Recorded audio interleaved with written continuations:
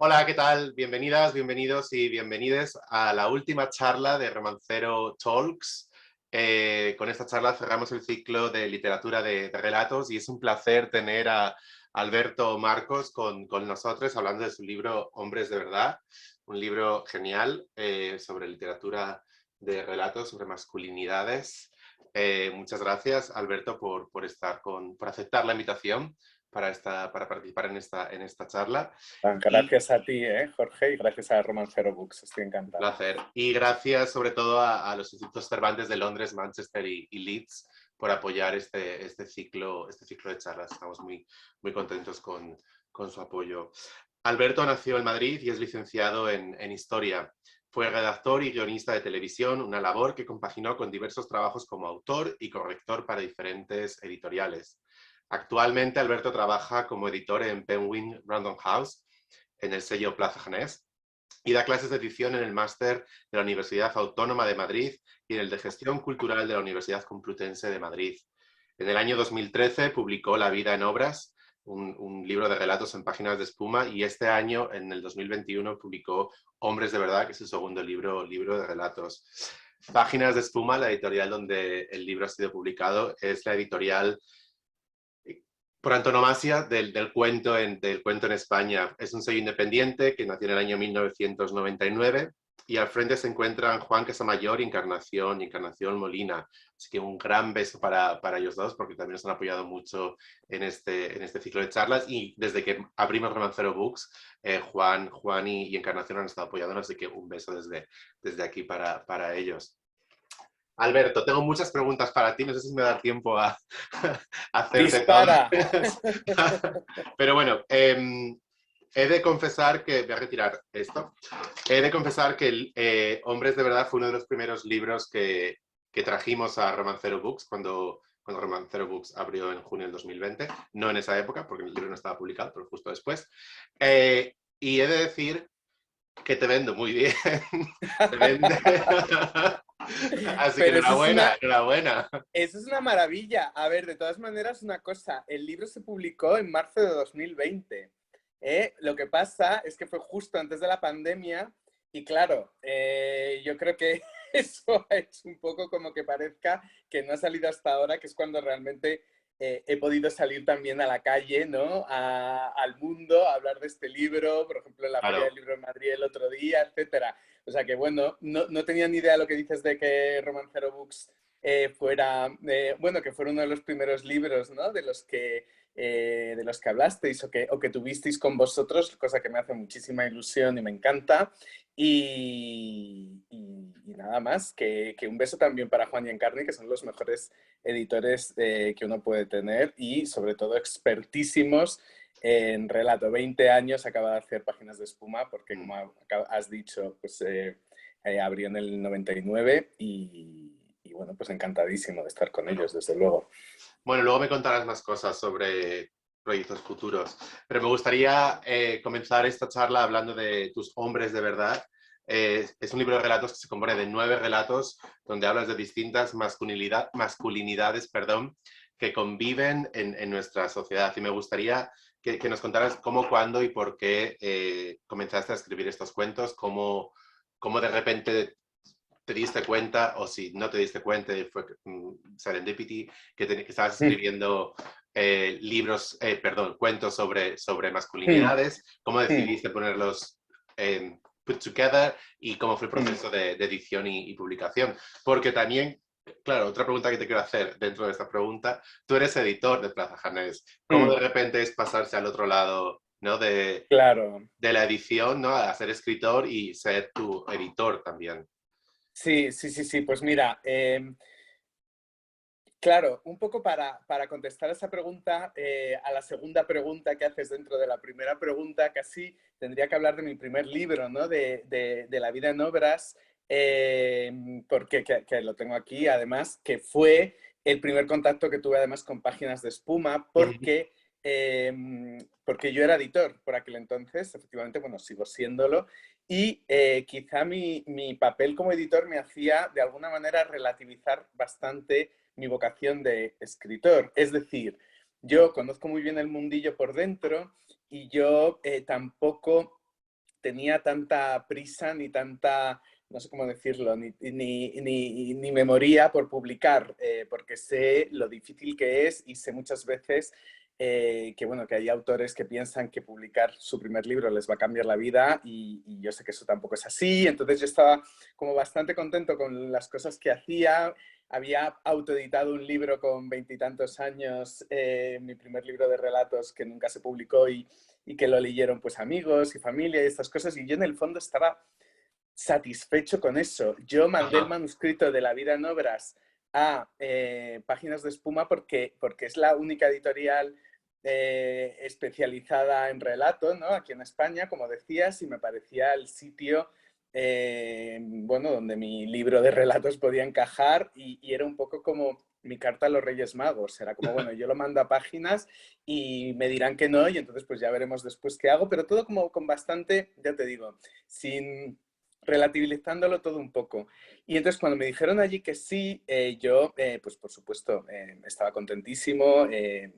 Como te decía antes, Juan Casamayor pues es un editor estupendo que además promociona muy bien a sus autores y promociona muy bien sus libros. Y entonces a partir de ahí yo ya me di cuenta de que mi doble labor como editor-autor me iba a servir también un poco para ponerme en la piel de mis autores y ver un poco todo el proceso, ¿no? Cómo se sufre en propias carnes el proceso de publicar, de exponerte al público, de hacer presentaciones de libros, de leer reseñas, de aceptar las críticas, en fin, todas esas cosas me ha dado como más empatía hacia mis autores y por otro lado, como editor, yo ante Juan y Encarni pues también podía de alguna manera ponerme en su piel, no pedirles cosas imposibles porque sé lo que se puede hacer y lo que no dentro de ser, bueno, pues un desconocido que publica su primer libro, etcétera. Entonces, yo creo que me hace ver, tener una visión en general, ¿no? Del mundo editorial y en el mundo literario, mi papel como editor de cara a afrontar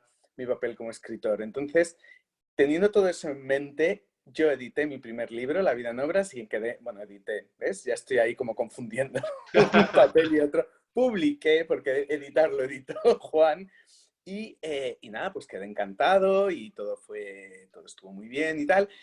Y claro, para el siguiente libro, el segundo libro siempre es muy difícil, esto te lo dirán la mayor parte de los escritores, ya no solo de relatos, sino de cualquier cosa, Okay. poesía, novela, etcétera, porque parece que con el primero te has desahogado o lo tenías en la cabeza desde hacía mucho tiempo y sacas un poco como todo lo que tienes ahí más a flor de piel y de repente el segundo es como, bueno, ¿y ahora qué hago, no?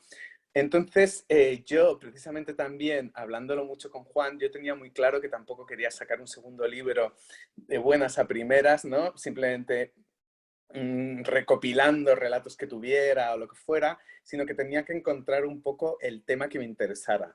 Y no solo el tema, también a veces un poco como, bueno, la comezón interior de decir, uy, hay algo de lo que quiero hablar, porque si no, no lo iba a hacer. Porque, Claro. insisto, yo soy editor y esa es mi profesión y entonces, pues, realmente tenía que ser algo que a lo que le pudiera dedicar el tiempo y lo que le...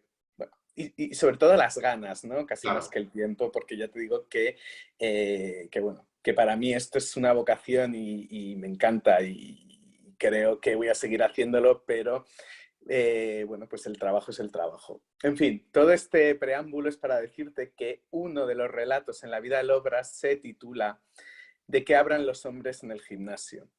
Y es un relato que a mí me gusta especialmente porque se plantea, bueno, lo que dice el título, ¿no? Se plantea esa masculinidad tradicional según la cual los hombres, cuando hablan entre ellos, pues no tienden necesariamente a exponer sus sentimientos ni a abrirse íntimamente, sino que, bueno, tienen como una especie de código diferente asentado quizá en este rol patriarcal tradicional de no mostrar emociones, de no llorar, de ser competitivos, de ser fríos, de ser fuertes, ¿no? Entonces, ese relato, digamos, me abrió una puerta a algo que me interesa o me ha interesado mucho y que estaba en mi primer libro, que es el tema de la identidad, ¿no? ¿Quiénes somos realmente? Cómo formamos nuestra personalidad a lo largo de los años y cómo nos engañamos a veces a nosotros mismos, ¿no? La imagen que proyectamos al exterior, la imagen que proyectamos muchas veces a nosotros mismos y lo que realmente somos. Y este tema de repente se concretó mucho a la hora de hablar de los hombres. Porque cuando yo escribí ese relato del gimnasio que te comentaba, yo me pregunté, bueno, es que es verdad que a lo largo de mi vida y también como hombre gay, antes en el armario, después del armario, pero en cualquier caso siempre hombre gay, el mundo femenino siempre me parecía más interesante y más atractivo. No sé si a ti eso te pasaba o te ha pasado, ¿no? Porque las mujeres me ofrecían bueno, precisamente todo ese mundo de emociones, de sensaciones, de momentos íntimos, de intercambio, ¿no? De comunicación, que muchas veces no encontraba en el mundo de los hombres, donde todo era, ¿no? Entonces, pues bueno, esto, si lo pasamos también por el tamiz del siglo XXI, es decir, por un momento en el que precisamente estos roles se están cuestionando, y si le añadimos un poquito también todo el tema de lo que significa ser gay, hoy en día que da muchísimos contrastes y que tiene también mucho interés de cara a la pregunta de qué es ser un hombre, ¿no? En el siglo XXI, pues de repente dice, ostras, quiero hablar de esto. Quiero hablar de esto no de una manera racional, sino es que me lo llama, parece que mis relatos lo llaman, mi experiencia personal me llama a esto, y entonces ya fue cuando dije, venga, este es el tema de mi siguiente libro, y además quiero que cada uno de los relatos esté centrado en un hombre diferente, pero intentando siempre no alejarme demasiado del mundo gay, que de alguna manera creo que ha sido cuña para precisamente cambiar ese rol tradicional masculino. Claro. Bueno, son 9 relatos, como he comentado, relatos protagonizados por hombres homosexuales, llenos de contradicciones, inseguridades, miedos, cuestiones que forman parte de la vida de nosotros como gays y de todo el mundo, sin ser gay o no. Y bueno, yo leyendo tu libro he visto que es un multirretrato de masculinidades de hoy en día, ¿no? Donde hablas de ligar por el chat, de una pareja que es súper conservadora, y de muchísimos otros temas de los que vamos a hablar ahora.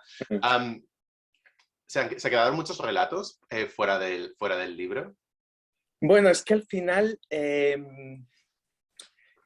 ¿sabes qué pasa? Que yo tengo la sensación de que precisamente escribir, la transición de escribir del primer libro al segundo, hay también una experiencia como autor que te lleva a ser mucho más, o que en mi caso por lo menos me llevó a ser mucho más, o tener más claro hacia dónde iba, ¿no? Mientras el primero, bueno, pues la verdad sí que había un poco como más, quizá más variedad, ¿no? En los temas bueno, estaba estructurado de otra manera. Aquí yo lo tenía mucho más claro y eso me hizo ser mucho más concreto a la hora de pensar qué relatos iban a ir, cuáles no.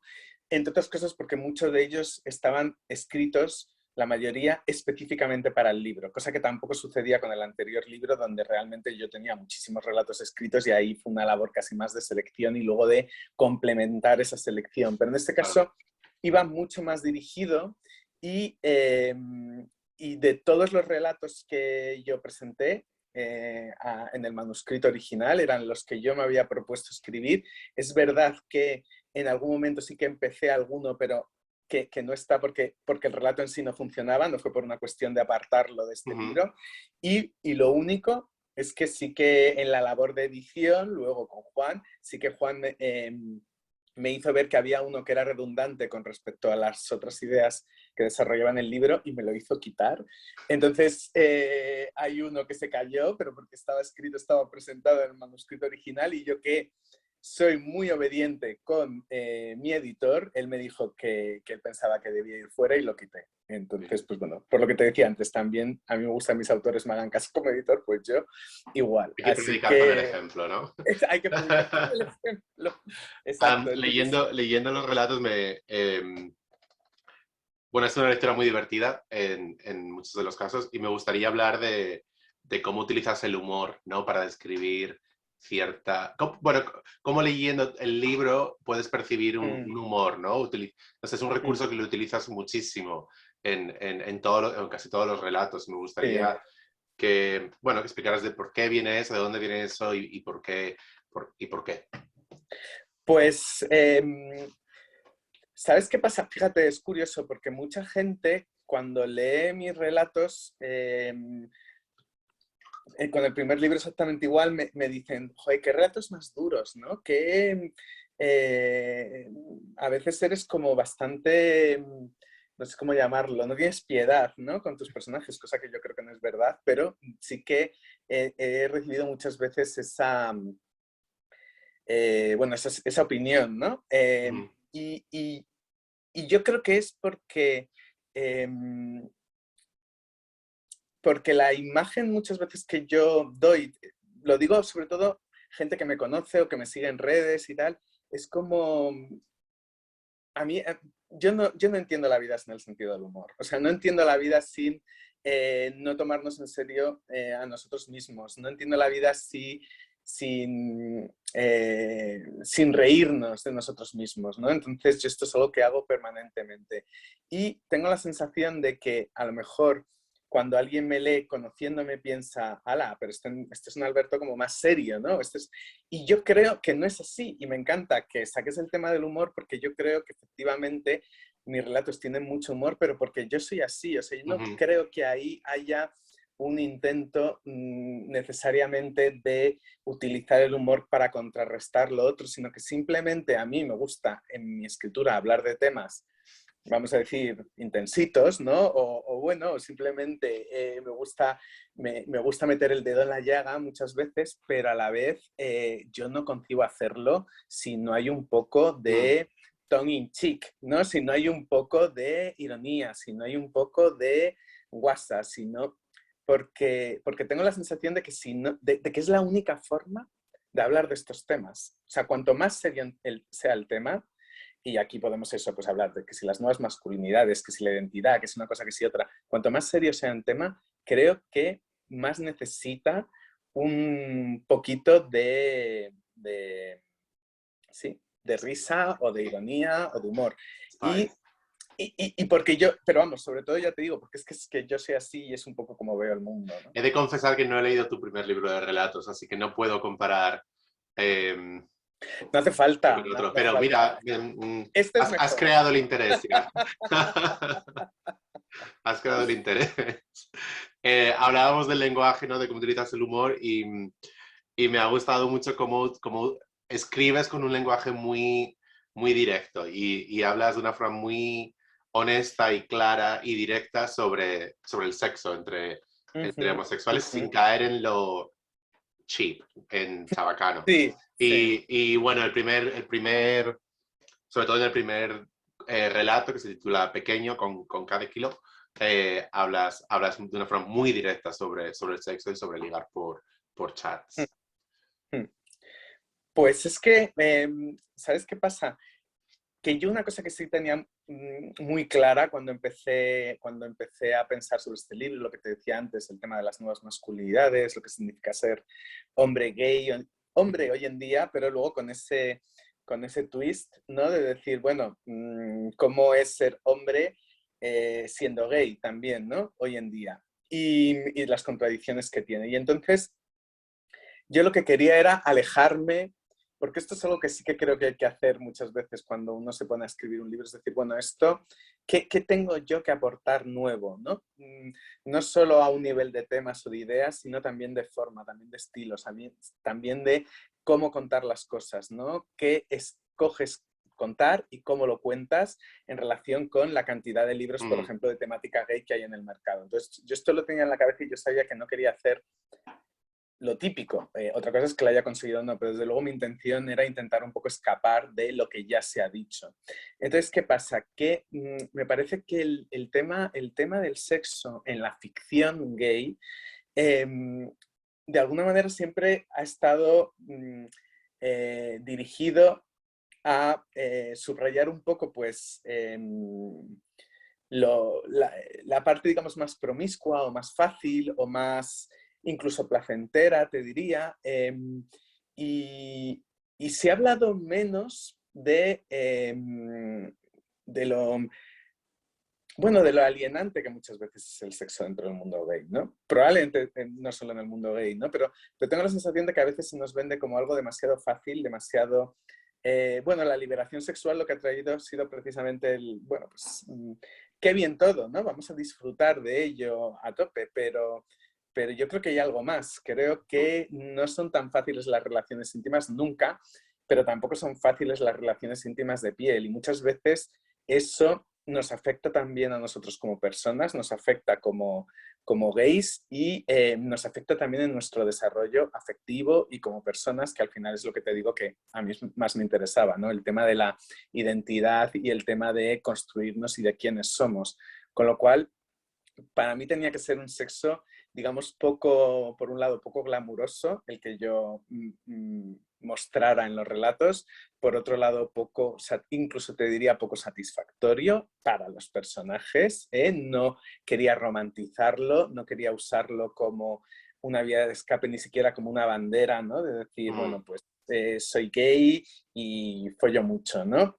Quería alejarme de todo eso, quería presentarlo como un problema también, ¿no? Y Porque quería también es presentarlo un además, problema en la vida claro, es real. que, y tengo la sensación de que hablamos poco, ¿no? Y no es una posición, digamos, puritana. A mí el Grindr me parece muy bien, todo, te quiero decir, los cuartos oscuros del poliamor, yo estoy a favor de todo, pero desde el punto de vista literario, desde el punto de vista de la ficción, yo quería tratar todo eso como algo que a veces, bueno, no es tan fácil, ¿no? De digerir y además de gestionar y que encima también de alguna manera subraya un poco nuestros conflictos. Y al final, un libro de relatos o una novela, lo que sea, lo importante es subrayar el conflicto, ¿no? Los conflictos de los personajes, me parece. Con lo cual el sexo tenía que ser conflictivo, a la fuerza. Muy bien. Leyendo Peticiones a Virgen de Fátima, que es el segundo. Sí, Sí. a la Virgen de Fátima es el segundo. Me gusta mucho cómo hablas de la religiosidad y el conservadurismo de una pareja homosexual. Tampoco quiero desvelar mucho del relato, pero me gusta mucho cómo has tocado esos temas, porque de la misma forma que hablábamos del sexo, como que el sexo gay o homosexual siempre se ha escrito o se escribe mucho sobre él como para representar el poder del hombre homosexual y el placentero, etcétera, etcétera. Me gusta cómo has hablado de la religiosidad y el conservadurismo, que también existe en las parejas homosexuales, aunque pensemos que no, que todo el mundo tiene que ser de izquierdas y súper open-minded, y etcétera, etcétera, Exacto. etcétera, y no.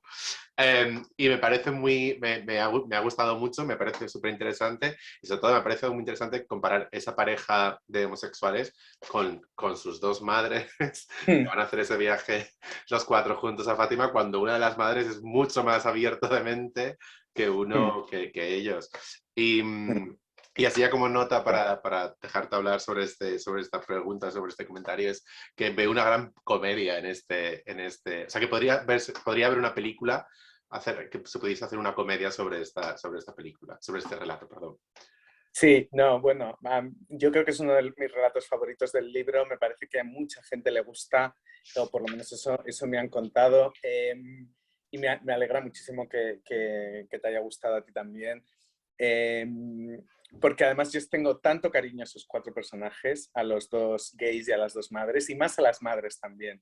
Y antes de contestar a tu pregunta y hablar del tema de la religiosidad y el conservadurismo dentro del mundo gay, déjame decirte que en este libro también hay personajes femeninos, que precisamente estos dos personajes femeninos, las dos madres, ¿no? Que van a acompañar a sus hijos, que son una pareja de novios, que se van a casar, y van los cuatro en peregrinaje a Fátima, pues para pedir a la Virgen por el éxito de esa boda, que se va a producir en breve. Pues los personajes de las madres cumplen una función muy importante, porque, como decías, incluso una de ellas es todavía incluso más abierta que sus hijos, pero que su hijo y que su futuro yerno, pero que en cualquier caso lo que hacen las mujeres en el libro, no solo en este relato, cuando aparecen en otros relatos, es de alguna manera poner en su sitio a los hombres y iluminarles un poco también sus conflictos y sus contradicciones, ¿no? Entonces, ¿por qué te digo esto? Porque creo que la lucha homosexual por conseguir los derechos civiles, ¿no? Homosexual, LGTB, y todos los avances que se han hecho en los últimos años para precisamente acabar con esa idea de la masculinidad tradicional, del rol patriarcal, etcétera, todo eso ha sido capaz de producirse gracias a la lucha feminista previa. Es decir, si no hubiera habido toda la lucha de las feministas durante todo el siglo XX bueno, y sigue existiendo, eso ha sido como, nos han abierto la puerta de alguna manera.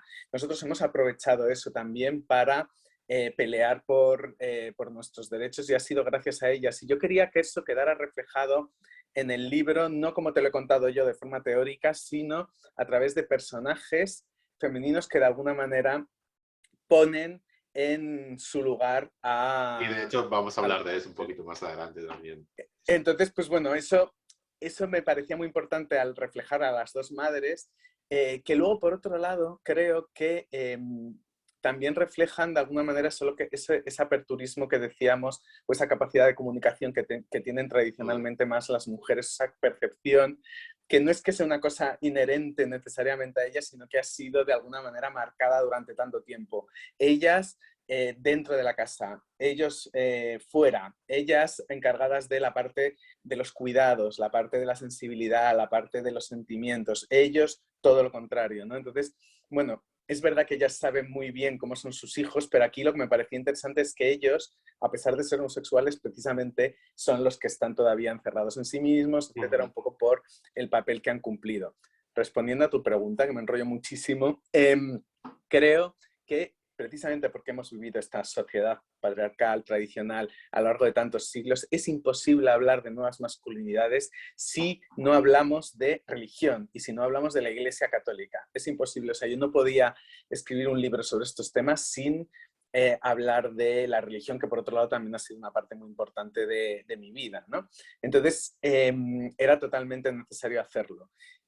Pero hacerlo, desde mi punto de vista, de una manera que no fuera obvia y que no fuera solo como crítica, ¿no? Sino que fuera también una manera de acercarse a esto como, bueno, ha sido parte de nuestra vida y mucha gente todavía se apoya en la, bueno, por supuesto que mucha gente se apoya en la religión, hay mucha gente que todavía es religiosa y que tiene que manejar precisamente estas contradicciones de sentirse bueno, en el caso de estos personajes homosexual y a la vez ser católico, ¿no? Y cómo a veces eso les lleva a la hipocresía, otras veces no, dependiendo de el personaje de cada uno. Y exactamente igual con el tema de la política, ¿no? Porque yo creo que al final de lo que estamos hablando muchas veces, más que de creer o no creer, o de derechas o de izquierdas, de lo que estamos hablando muchas veces es de cómo manejamos las circunstancias que nos rodean para, una vez más, encontrarnos a nosotros mismos. Entonces, a mí me parece que no podemos, sobre todo en un tema como estos, ¿no? No podemos decir qué significa ser masculino, qué significa ser femenino, qué significa ser gay o qué significa ser hetero. ¿Qué conlleva todo eso? ¿Tienes que ser así, así, así, así? No.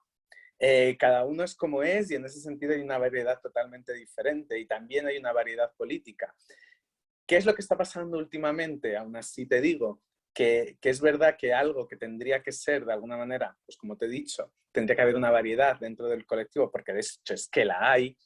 ¿Qué pasa? Que se está polarizando ahora esta situación en cuanto a la política porque estamos teniendo ahora mismo unos partidos políticos de derechas que nunca habían estado tan beligerantes con estos temas, ¿no? En concreto, bueno, con muchos temas sociales, pero desde luego en concreto con el tema LGTB. Con lo cual es verdad que se produce ahí bueno, una polarización extrema que a mí desde el punto de vista de la ficción no me interesaba tanto tratar aquí, ¿no? Sino que yo lo llevaba un poco más al terreno personal de cada uno y al terreno más íntimo. Es decir, tú puedes tener las creencias que quieras, puedes tener la ideología política que quieras y está bien, ¿no? Y el colectivo debería o el mundo LGTB debería aceptar todo eso. Ahora bien, cuando hablamos ya de temas políticos específicos, de derechos o de temas de homofobia o tal, yo creo que ahí sí que no cabe, digamos, una posición que no sea la de condenar todo eso y de precisamente de luchar por conseguir todo eso que todavía como colectivo no tenemos. Gracias. Me gustaría hablar del cuento El chico de la piscina. Está escrito a modo de diario Mm.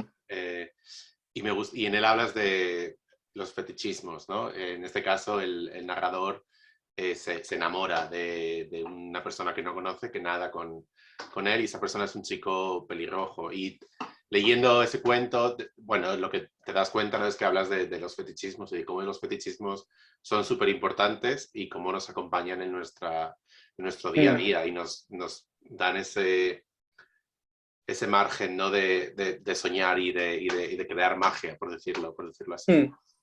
Bueno, además no podemos no decir que tú eres pelirrojo, Jorge, y que sabemos perfectamente que los pelirrojos son... No le he preguntado por esto, ¿eh? Ya lo sé que no, ya lo sé, yo lo quiero decir yo, lo quiero decir yo. Porque me parece que me parece muy interesante. A ver, todo surge de un fetiche real que yo tengo con los pelirrojos, ¿no? Y era algo que me apetecía incluir también en el libro, es cierto, y vamos, es cierto, no me escondo y de hecho no paro de hablar de ello en mis redes sociales.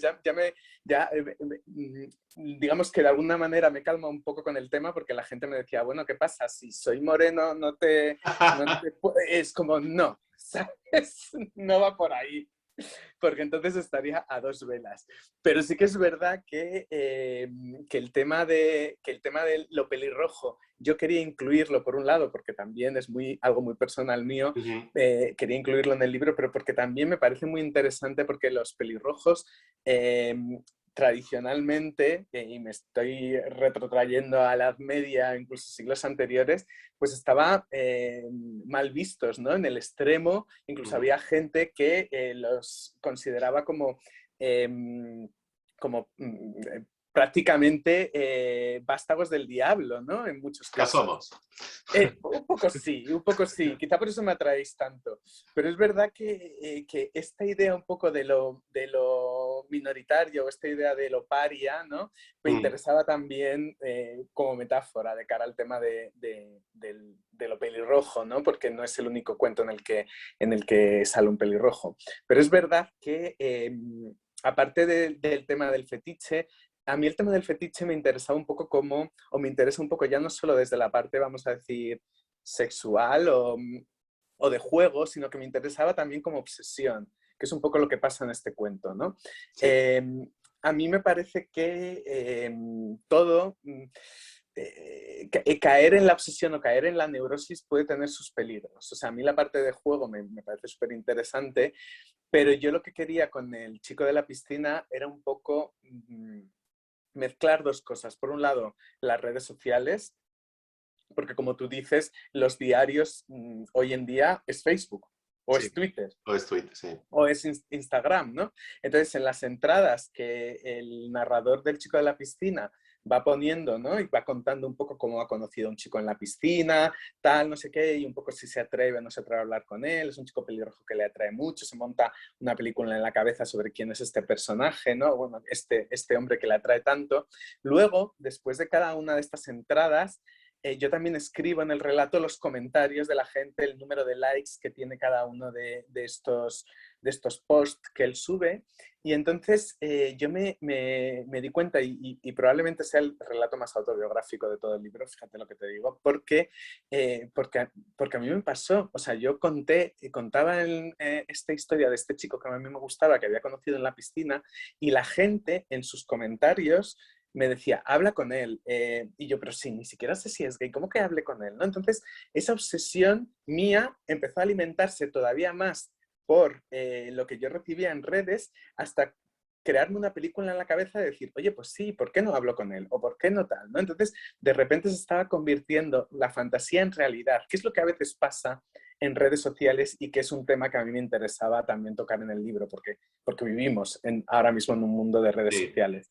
Con lo cual, al final, lo que hace el protagonista del chico de la piscina es no solo cumplir la fantasía de los que le están leyendo, sino que también intentar cumplir la suya propia sin darse cuenta de que, de que una cosa efectivamente es la vida real y otra La vida los online. cuentos de hadas, Ya. ¿no? Protagonizados por Los chicos cuentos en guapos los más media pelirrojos. que decía Sigmund Exacto. Freud. Vagalume, ¿lo estoy pronunciando bien? ¿Vagalume o Sí, sí, porque sí, no hay sí, ninguna sí. tilde, ¿vale? Es el cuento más extenso del libro Bueno, tengo bastantes preguntas sobre este cuento.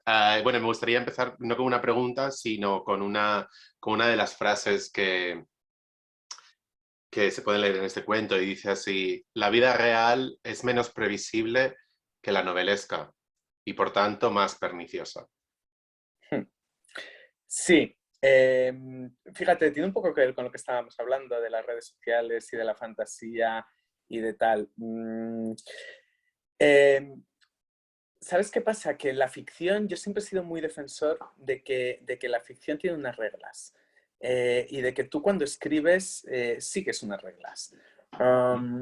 Y digamos las más simples, no la más simple, a lo mejor lo que podríamos llamar los cimientos o las raíces de toda la teoría literaria en cuanto a construir una historia, ¿no? Ya sea en formato de novela o de relato, como sea, pues parte de esta estructura clásica de introducción, nudo y desenlace, por ejemplo, ¿no? Entonces, pero siempre hay unas reglas. Es decir, tú estás, incluso cuando te las saltas, que yo siempre digo que para saltarse las reglas en ficción, pues tienes que conocerlas muy bien. Entonces, todo tiene un sentido y mucho más en el género de los relatos, por cierto. Y tú que has hecho este ciclo de charlas, probablemente a lo mejor te habrán hablado otros autores de este tema. O sea, en un relato encima todo tiene que estar todavía mucho más medido que en una novela, ¿no? No tienes espacio, claro. Claro, y además estás contando una historia, un momento muy concreto en la vida de normalmente solo un personaje, o a veces dos o a veces tres, pero en cualquier caso está todo mucho más condensado, ¿no? Entonces tiene que estar todo mucho más medido. En el momento en que tú estás casi siendo una especie de relojero en cuanto a la construcción de una historia, no se te puede escapar nada, por supuesto. Luego puede haber también improvisación, pero en la ficción también siempre hay una labor muy importante que es la de corrección posterior y de vuelta sobre lo que has escrito. En fin, en cualquier caso, a donde quiero llegar es que toda esa planificación, todo ese orden, todo eso no existe en la vida real, es lo que quiero decir. Nosotros estamos como humanos en este mundo en el que nos ha tocado vivir, estamos sujetos permanentemente al caos. Al caos de que un día tienes una pandemia, otro día estás viviendo tranquilamente y explota un volcán al lado de tu casa, otro día... y todo eso no está sujeto a ninguna leyes de ficción, ¿no?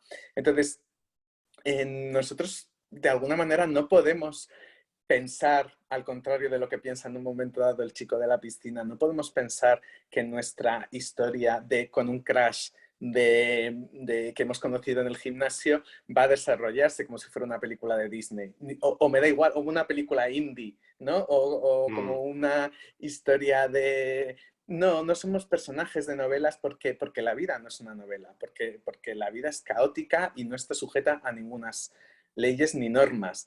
Por eso es más perniciosa y por eso es más peligrosa, a la vez también es más excitante, bueno, en cualquier caso es más incontrolable, ¿no? Entonces yo creo que por ahí viene esa frase que has leído del libro y es algo que el protagonista de Vagalume tiene muy metido en la cabeza, ¿no? Como, bueno, parece que como todo lo que yo he vivido me tiene que llevar a algún sitio, porque en principio así funciona, así creo yo que funcionan las cosas y de hecho el tema de tener una creencia católica como tiene también este personaje, pues en el momento en que eres religioso, en el momento en que tienes fe, todo ese caos que yo te comentaba se ordena, porque efectivamente Dios significa orden, significa que hay un plan divino, ¿no? Para las personas en este mundo y eso hace que toda la incertidumbre que significa vivir de alguna manera quede sujeta y quede controlada, ¿no?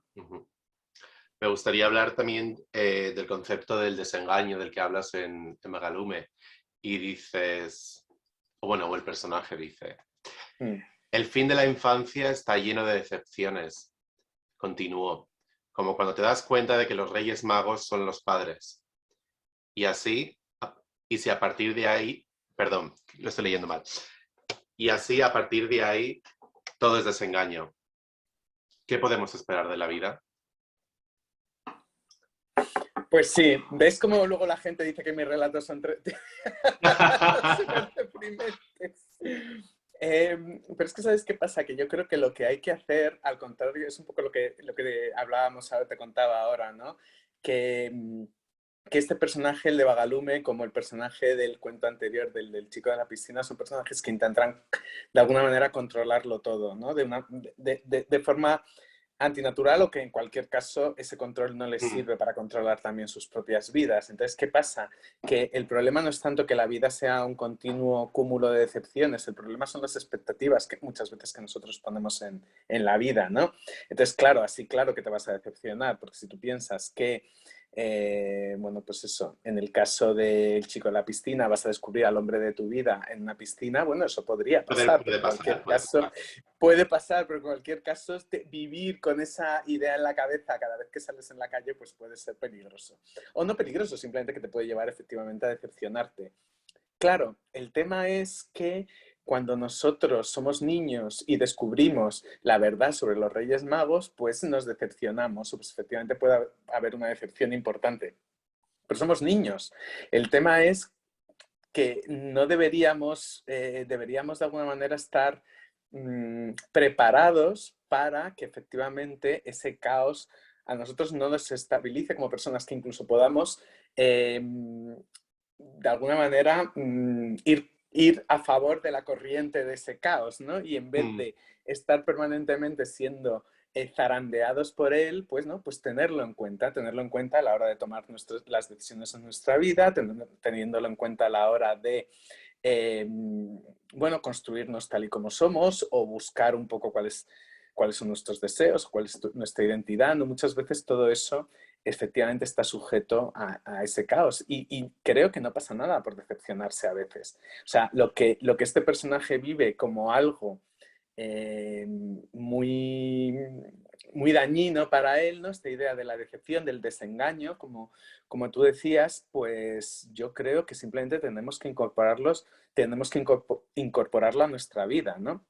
Estoy Bueno, es haciendo que una sí, speech ahora como de rollo coach, que no es para nada así, esto no es un libro de autoayuda, no quiero decir que... no me había dado No, cuenta que estábamos en una charla de Pablo Coelho. exacto. No, no, no, no. La idea no es Pero esa, sí la que es idea verdad es... que si no hay decepción y no hay desengaño en nuestras vidas, luego tampoco aprecias lo otro, ¿no? Claro, totalmente de acuerdo. Yo creo que es una cuestión también de efectivamente, yo creo que muchas veces ese desengaño, esa decepción, a veces son necesarias para darte cuenta incluso de lo que quieres realmente, Claro. porque a este protagonista le falta un poco eso. Él está acostumbrado a ser, bueno, ser alguien muy católico en su infancia, en su adolescencia, luego pasarse al otro extremo y en cualquier caso no darse cuenta de que su felicidad, por llamarlo de alguna manera, no está en ser visto por Ujú. un ente superior o incluso por el chico del que se enamora, ¿no? Durante su adolescencia, ni lo contrario, su felicidad está en ser promiscuo o en buscar la mirada de los otros, ¿no? De forma casi obsesiva, sino que yo creo que está un poco en el punto intermedio, en decir, bueno, aquí quien tiene que ser importante en mi vida soy yo mismo, ¿no? Entonces, pues bueno, esa un poco también esta idea un poco de que nosotros, por ser quien somos, ya tenemos un camino marcado, ¿no? Pues es un poco la que también me gustaría cuestionar, ¿no? Con este libro. Mm. Comentaba que Vagalume es el relato más extenso de tu colección de cuentos y corrígeme si me voy a equivocar con lo que voy a decir ahora, perdón, pero creo que el título de Hombres de Verdad viene de Vagalume o sale de Vagalume, de un relato, de una parte del texto que dice algo así. ¿Sabes cuál es tu problema? Dijo Marcia mientras trasvasaba con pericia el café de la taza a un vaso con hielo. El mismo problema que tenéis todos los hombres, heteros, gays, jóvenes, mayores, da lo mismo. Lo veo todos los días en mi trabajo.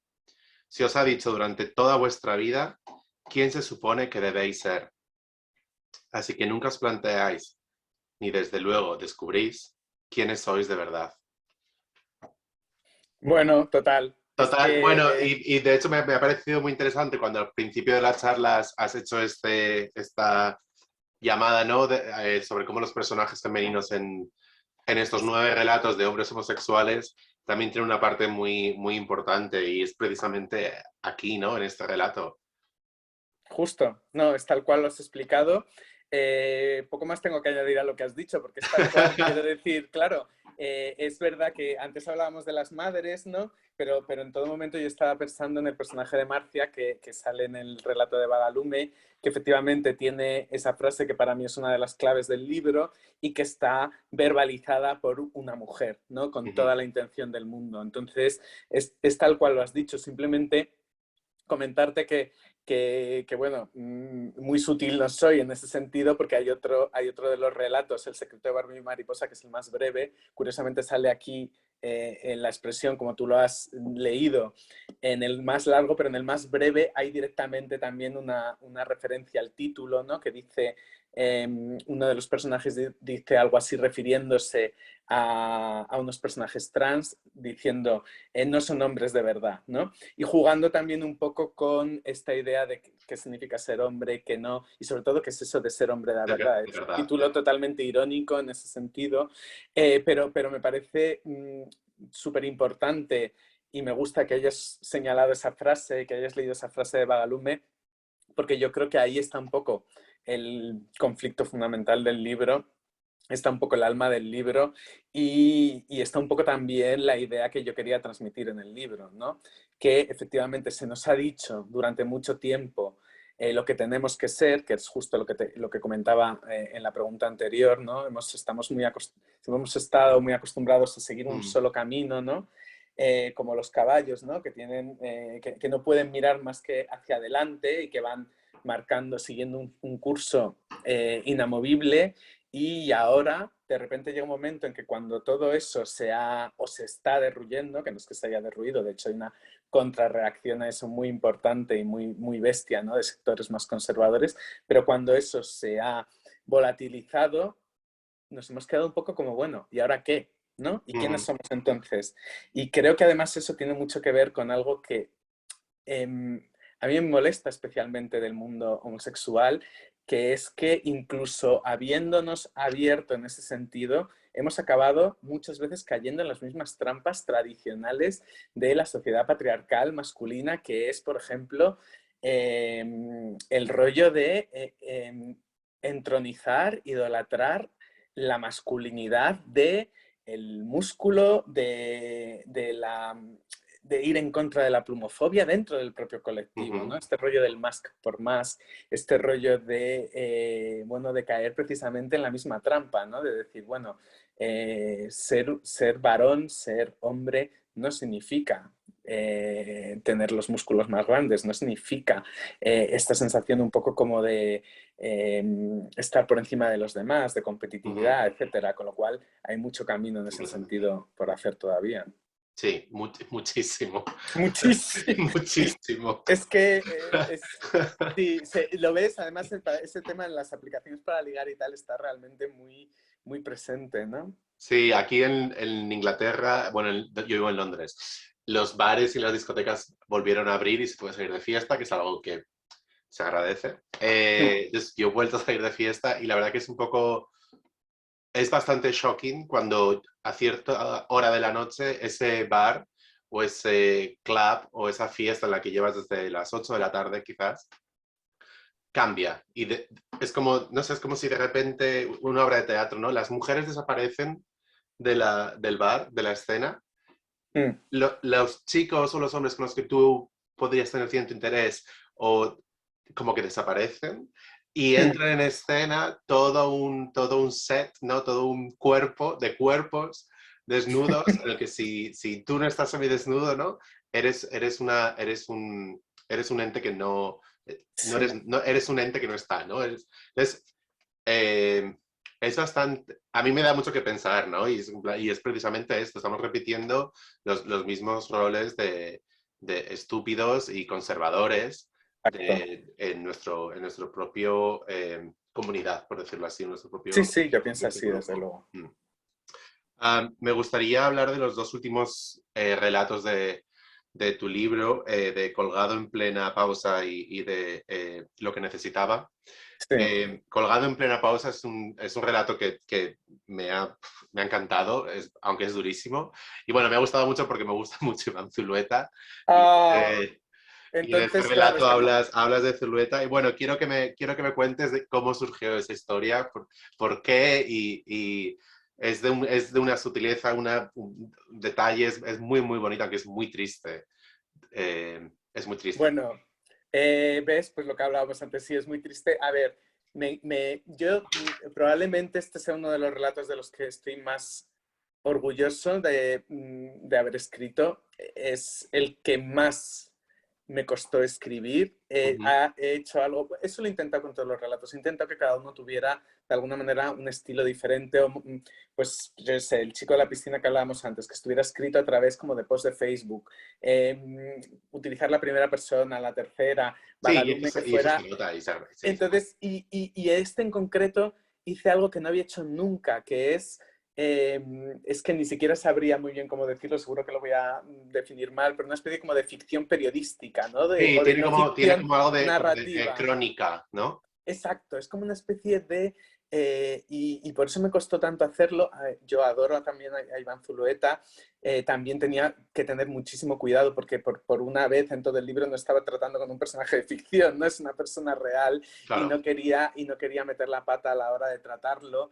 Pero curiosamente, tanto este como el último relato son los dos favoritos de mi editor, de Juan Casamayor, y Así. este en concreto pues le pareció eh, bueno, le gustó muchísimo también, con lo cual me encanta que a ti también te haya gustado. Y surgió, y fíjate, o sea, uno de los que se consideran como mejores relatos del libro ni siquiera fue una idea mía, porque este relato surgió de un encargo, una petición de Gonzalo Izquierdo y Alberto Rodríguez, que son los editores de Dos Bigotes, que Ok. es una editorial en España especializada en temas del LGTB. ¿Y de género? Y de género, efectivamente. Y entonces ellos me Un pidieron beso para para un ellos. Somos libro. amigas.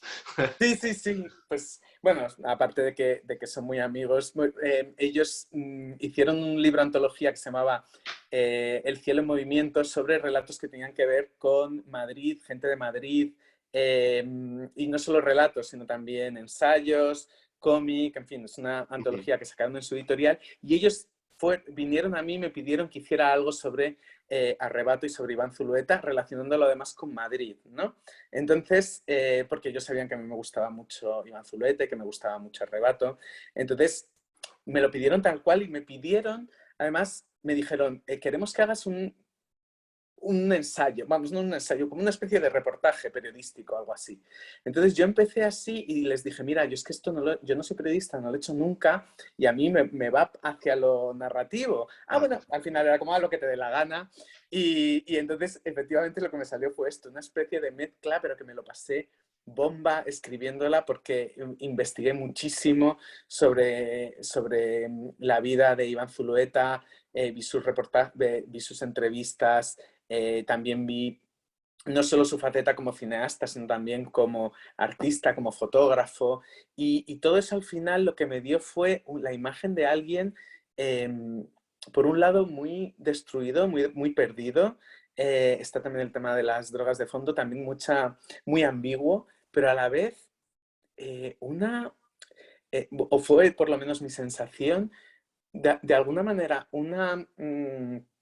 un compromiso creativo y artístico impresionante. Es decir, él hace Arrebato y después no hace ninguna otra película. Habla muchas veces de hacer otra y tal y no sé qué, pero no lo que decíamos al principio de la charla, ¿no? No escoger, bueno, ahora tengo que escribir otro libro, bueno, ahora tengo que hacer otra película, ¿no? Hay algo en su pureza como artista que a mí me parece que sí que tiene valor y sí mm, que le convierte en un hombre de verdad. Y no hablo un poco como en la expresión de decir, bueno, mm, es alguien auténtico, ¿no? Que al final yo ujú. creo que es un poco la parte positiva, ¿no? De esa expresión de hombre de verdad que por supuesto no tiene género, que también quedaría igual, es mujer de verdad o lo que sea, porque realmente es alguien que de alguna manera se,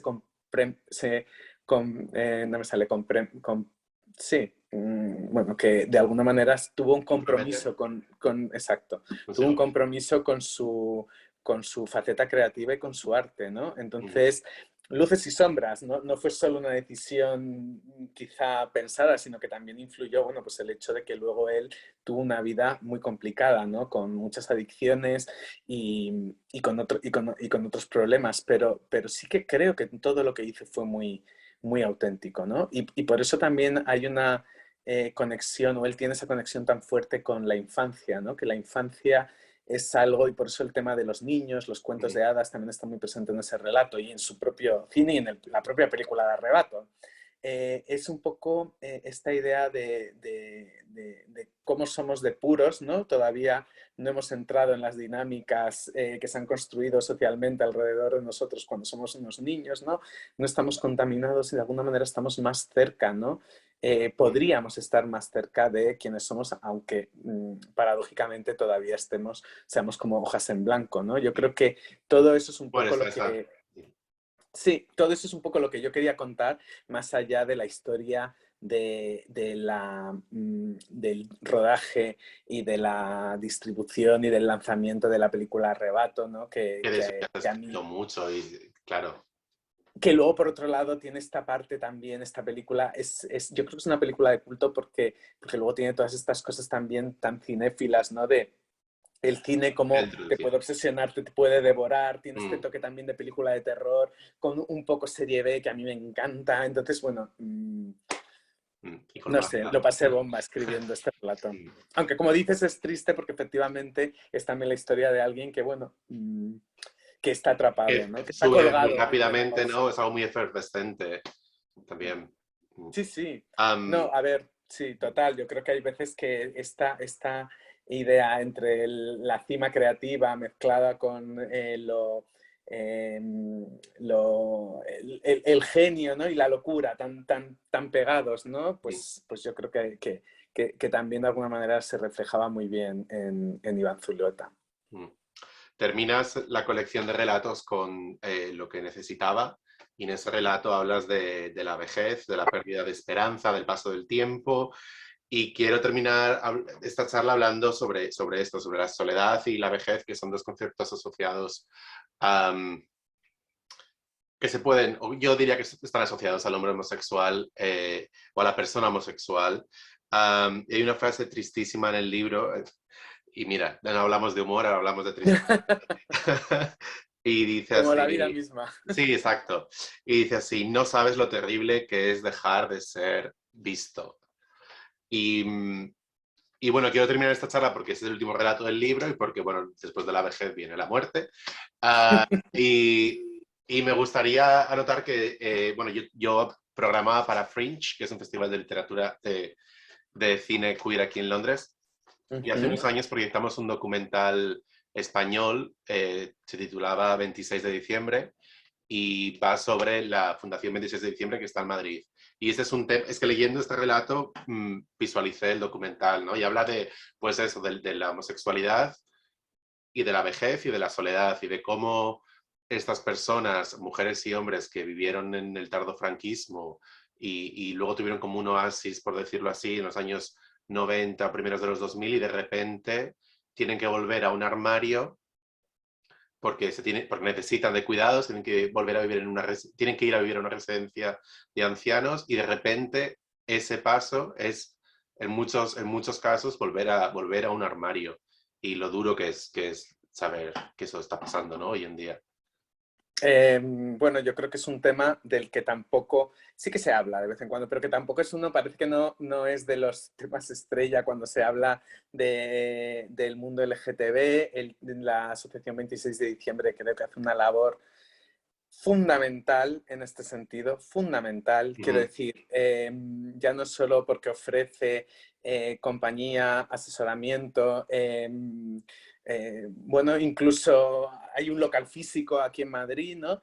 Compañía diaria, o sea, puedes ir a... Compañía diaria, o sea, porque nos olvidamos, porque también qué injusto, ¿no? Que el tema, es un poco lo que hablábamos también sobre el sexo al principio, qué injusto que el mundo gay entronice también de esta manera a la juventud, ¿no? Ujú. El físico. Y, insisto, o sea, no es que yo quiera pecar de lo contrario, ¿no? Pero de tomar, digamos, actitudes, posiciones puritanas, sino que simplemente para mí es una cuestión de ver todo, ver el colectivo en su conjunto, ¿no? Lo que decíamos antes, que no todo el mundo es, no todo el mundo gay es guapo, sabe de diseño, va a la Wii o no, o Mm, sea, yo creo que, y por supuesto, claro que hay gente mayor, claro que hay gente que precisamente porque ha cortado sus lazos de unión muchas veces con sus familiares, por cuestiones a veces de homofobia también, o que han sido rechazados, porque no, a lo mejor no tienen parejas, no tienen hijos, realmente se encuentran en unos momentos de soledad tremendos, ¿no? Entonces es importantísima esta labor y es importantísima además que nosotros también como colectivo seamos capaces de empatizar con eso, y ¿no? hablar. Mm. Y hablar de eso. Y bueno, ya no solo... Y te digo una cosa, también por la cuenta que nos trae, te quiero Sí, sí, decir, porque exacto, sí, nosotros sí.